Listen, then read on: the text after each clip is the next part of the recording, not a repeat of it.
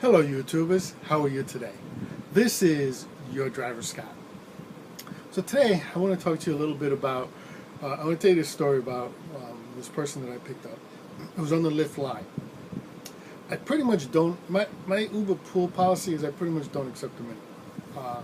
And I don't care if Uber's pissed about it. They call us partners, but if we were partners, we'd be able to negotiate that part.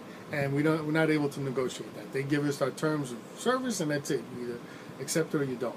So now I do accept Uber pool, but for the most part I don't.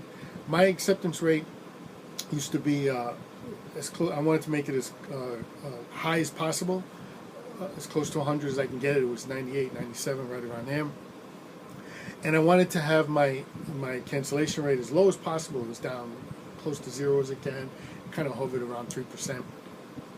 But since I added this, no Uber pool policy, my acceptance rate has dropped, and my cancellation rate has gone up. But most of my problems come from Uber pool or the Lyft line. Now, the difference between the two, the reason why I accept one and not the other, is because Uber pays me less on Uber pool. Now their company philosophy, what they're sending out there PR wise to everyone, is that no, you get paid more. Now that is true if you fill the car up. Now that doesn't generally happen down here in South Florida. I don't know how it happens in the rest of the country, but the people that are making these decisions aren't driving down here. I can tell you that much right now. What happens a lot of times is, you get space between rides, okay? So you got all that time where you're not working. And then when you do get a request, it's like 8 to 10 minutes away. So you go and pick the person up 8 to 10 minutes away. And then it's a 5-minute car ride, and then you get space in between the rides again. So you just wasted all that time for like $2.50.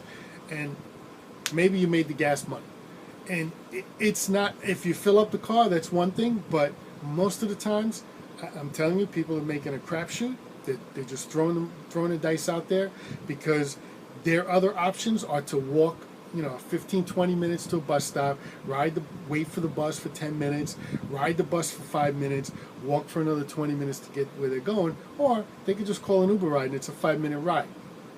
Believe me, there was a time when I had no car down here in South Florida, and that is accurate. You're walking forever to get to a bus, and the bus ride is short, and then you have to walk to get to where you need to go. And their option is to, order an Uber pool. They take a shot, take a crapshoot.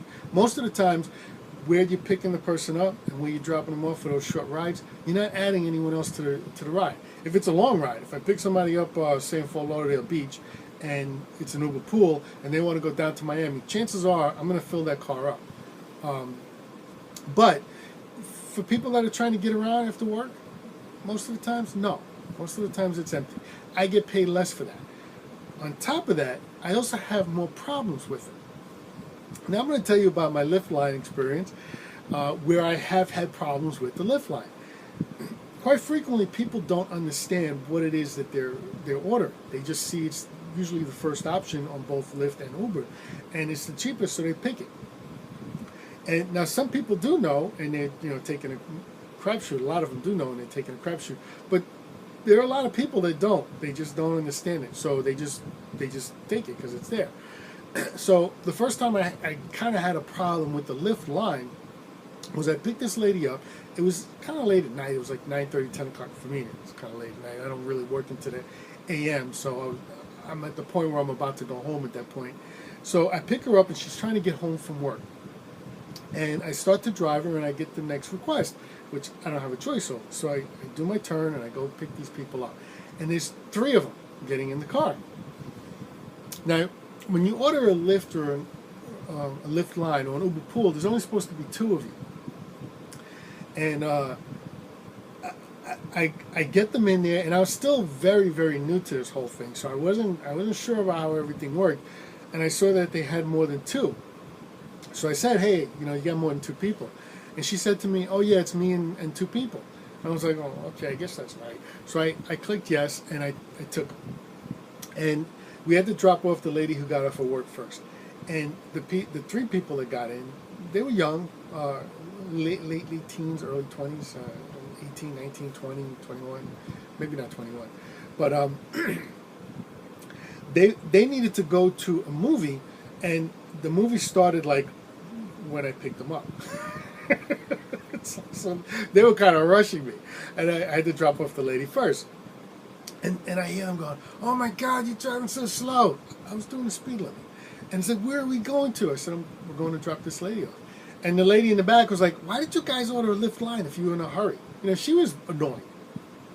So I drop her off, and I told her, "Have a good day," but she kind of slammed the door and walked away. I don't know if she blamed me for that. I have no idea. And then finally we get onto the highway, and we're driving, and I'm doing the speed limit. And they're like, "Can you hurry up? We're going, oh my God, we're going so slow." And I'm telling them, "I'm doing the speed limit." And then they were like, "How come," their friend, they were talking amongst each other, and some friend of theirs had a car. "How come he doesn't take this way?" And I go, "Well, do you leave from where we left from?" "No." I go, "Well, that's why we're taking this way. It's a different option because you're starting from a different start point."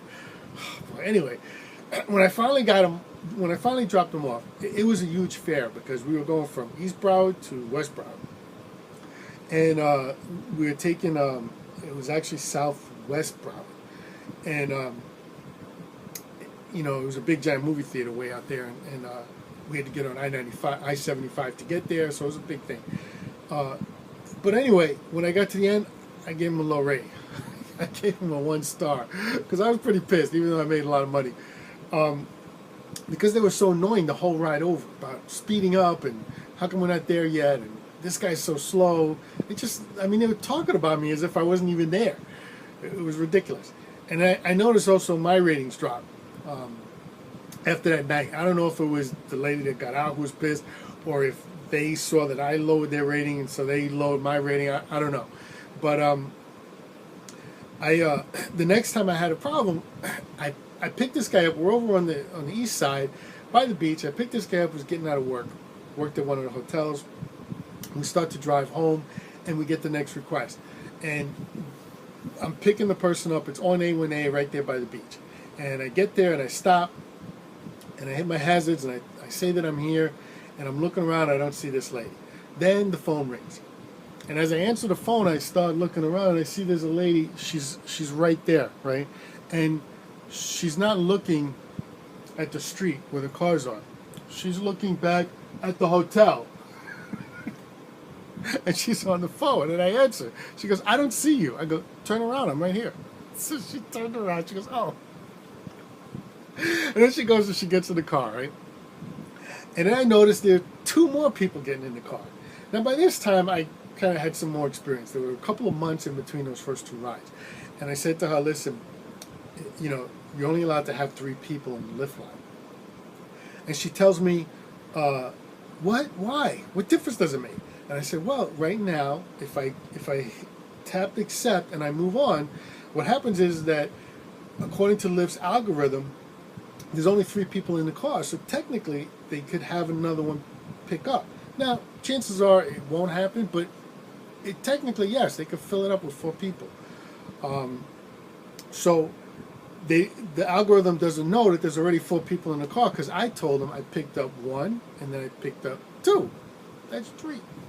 So she sits there and she goes, "Come on, I'll give you $1."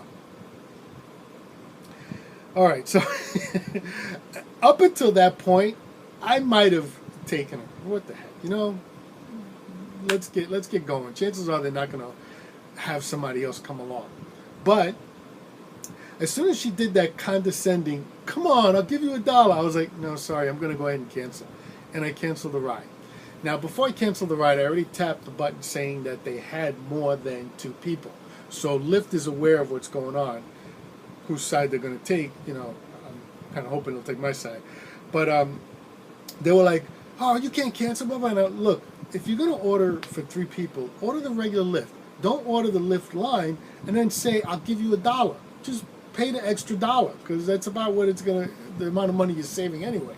Maybe 2. But I said, "Look, if you give me a hard time, we can call the cop that's right over there." And there's a lot of cops on A1A, so they're like, "Fine." They get out of the car, they slam the car door, they take off, and the guy behind me was like, "Oh, thank you for doing it." So we took off.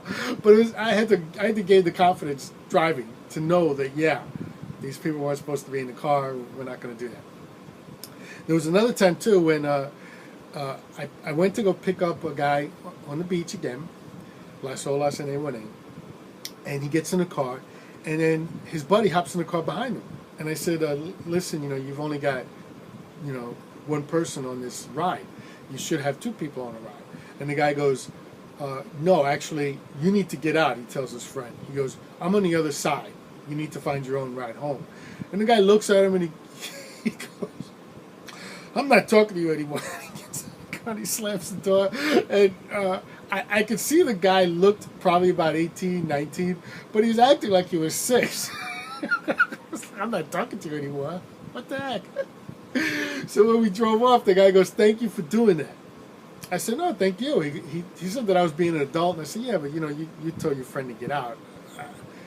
If you fought me, it would have been a fight. It's not like it would have gone that smoothly. I go, well, because it was the two of us against him, he had no choice but to go. Anyway, he needed to go to West Broward, but he was going to Southwest Broward, and his friend lived in Northwest Broward. That's why he didn't want to give him a ride. It didn't make sense, because the guy still would have need to get home somehow. And then there was another time I picked up this family, and they were from New York. I could tell right away as soon as I picked them up. And what happened was I pulled up, and the guy comes out, and he's carrying stuff, and his daughter's carrying stuff, and we loaded it in the car. And then he goes in the back, and he goes, I'll be right back. And he goes in the back, and then he comes out with some more stuff, and his wife and son. So there's 4 of them. And at this point, I'm already waiting in the car. And when he gets in, I go, listen, sir, I got to cancel this ride. Go ahead and re-request it. It should be where I'll pick you up again, so we won't have to do anything. But I'll wait until your next Lyft driver shows up. I said, when you do a Lyft line, you're only supposed to have 2 people. You can't have 4 people in the car. He goes, oh, okay, no problem. So I canceled it, and he requested it, and I got him, and I accepted it, and we took off and took care of it. Anyway, I hope you enjoyed the stories. At the time when I was going through them, they weren't really funny stories, but that second one, where, come on, I'll give you $1. She's looking at the hotels. I thought that was pretty funny. Anyway, if you like the video, like, subscribe, share, comment. Hit the notification button down below. That way you know when the next video is coming out.